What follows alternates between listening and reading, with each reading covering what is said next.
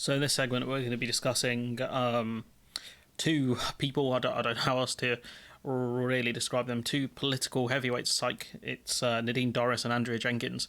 Jenkins, who famously threw the middle finger at a bunch of protesters, discussing kind of Rishi Sunak's future and the Conservative Party's future. And I think what these two people kind of confirm, along with this geezer here, can't remember his name, Ben Bradley, that the Tory party, I think, is just unmanageable.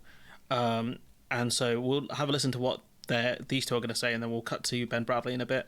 So how do you think Rishi's going to do in the new year? What do you think is going to happen? Well, conversations I've had, Nadine, with our colleagues. Talk TV with a terrible audio mix. Thanks, guys. I've been told 22 are in, but these are obviously only the ones who's told me. So, and these people could be lying as well. They could easily say, yeah, I put in my letter of no confidence to Sir Graham Brady because I don't have any confidence in our Prime Minister. But the only person who knows is Graham Brady.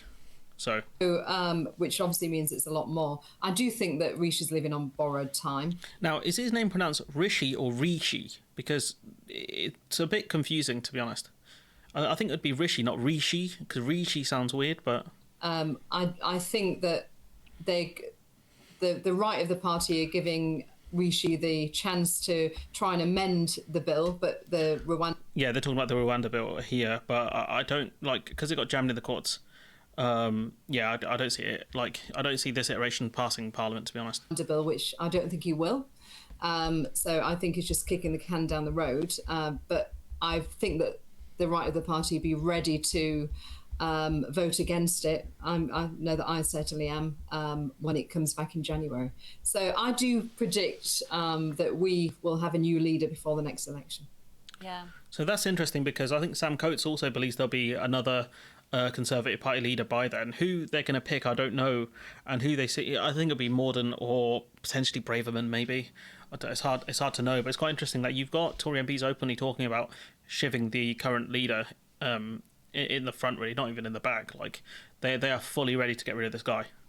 So isn't it interesting, Andrea, over on the right of the party? Because I've been in the Westminster for 25 years, and we always boast about what a broad church the Conservative... I mean, Boris Johnson killed the broad church for the most part.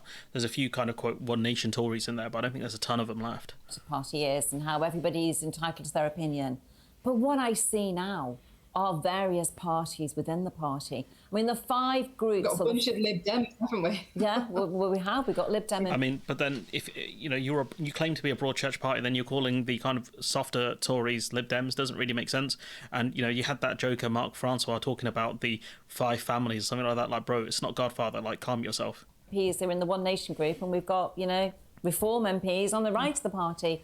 So yes. So how do you think those five? Why do we have five groupings on the right, Andrea? Why aren't we just one? Why aren't you just one group? Why is it five groups? I agree with you. I mean, it's five groups probably because it's if you look at the five different factions, it's some is about growth, some is about Brexit. So there's obviously the Northern Research Group about the North, but we do come together on key matters such as Brexit, such as the likes of taxation as well, and also...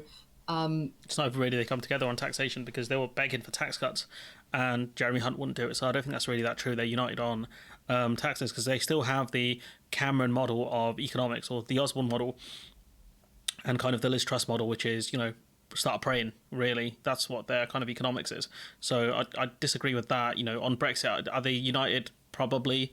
The One Nation Tories can kind of stomach it, but I don't think they like it. But really, the Tory party was purged in 2019. They got rid of kind of the softer wing with Dominic Grieve and a few others. So to argue it's a broad church, I don't think it's true. It's just a load of MPs who are too cowardly for the most part on the kind of centre-right who won't vote against the party, who will just abstain at worst. That's what Theresa May does. She'll criticise bills and then just abstain, which is like pathetic. When you look at the hard right of the Tory party, like they'll vote against bills, they don't care. And that's what makes them a real problem for leadership in the Conservative Party.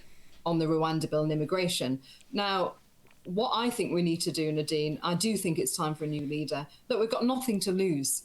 I heard your guests earlier say about it would be ludicrous to have a new leader now. Well, I don't think it will be.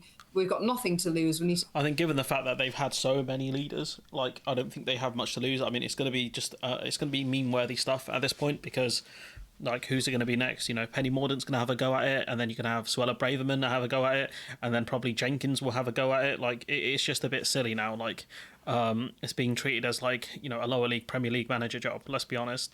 It's just a revolving cast of characters who are complete trash.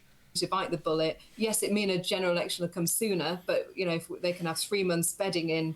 But as you said as well, Nadine, there's no big personalities like Boris. I mean, I've tweeted twice this week, bring back Boris, especially when we looked at the anniversary of the 2019 election. And look, Nigel Farage didn't get any seats, as we know. Then That's a burn. That's a burn on Nigel there.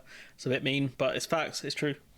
And I just think we need to bite the bullet. We need a new leader. I'd love to see Boris come back, but Bro's not even an MP. He could come back, but it'd be really awkward because he wouldn't be allowed in the Commons. Kind of like the David Cameron situation. Maybe it's a good way to avoid PMQs.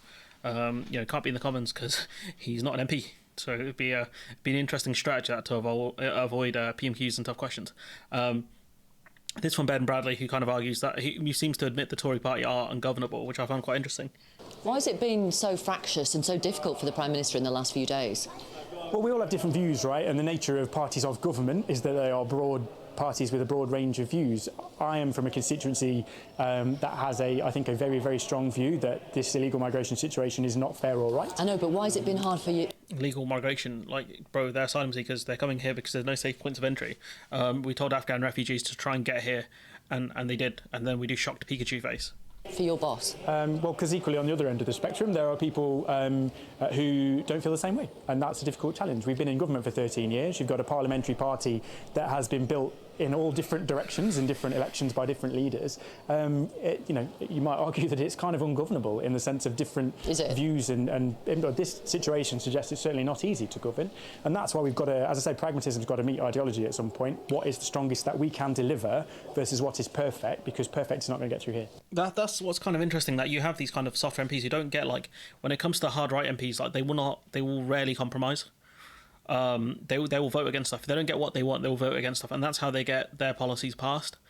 When it came to the Theresa May Brexit deal, the ARG voted against it because it wasn't good enough for them, even though it was Brexit. They didn't care. These are hard, these are ideologues of the highest levels here, and they do not care about compromise. They do not care about the Tory party. All they care about is power and passing their agenda. That's it. This kind of plea of compromise and things like that, it's just going to fall on deaf ears, Ben, mate, and you should know that, really, given the fact that you probably know these people personally.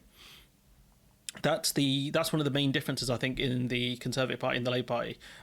You've got these people who just won't compromise, and they will get whatever they want through, because at the end of the day, the Tory party knows, for the most part, it needs them. They can stage rebellions. Whether they have enough numbers is one thing, but it's always a risk when you're a party leader, when you're in government, and you're not quite sure if you can get the numbers. And if you get things through by a slim number, it's not always the best look, especially when your own party won't back fully what you're saying. It's a bit embarrassing, to be honest with you, especially when you have, I think it's a 70+ seat majority now that Rishi Sunak has. It's a bit shameful, to be honest, that you can't pass legislation that your party don't believe in what you're doing. How are you going to convince the British public you're acting in their interest when you can't even convince your own party? It doesn't really make sense. But a very interesting admission from Ben Bradley here, and some interesting takes, surprisingly, from Andrea Jenkins, which is they think they're going to have a new party leader, or she thinks so. She seems fairly confident of it. I can't remember the exact number they need to trigger a leadership contest, but if they do, I mean, like, they're treating the role of Prime Minister in this country as an absolute joke. Gordon Brown got maligned by the Tories and the press because of the fact that he wasn't elected. But, in that time, Labour had one kind of leadership change.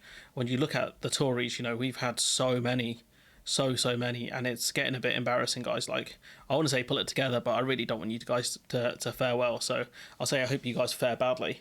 But anyways, I'm going to leave it there. Let me know what you think in the comments below. Like, comment, share, subscribe. Support the channel on Patreon if you can. And hopefully we'll get a more interesting Tory leader than Rishi Sunak. But I wouldn't hold my breath on that. And I'll catch you in the next one.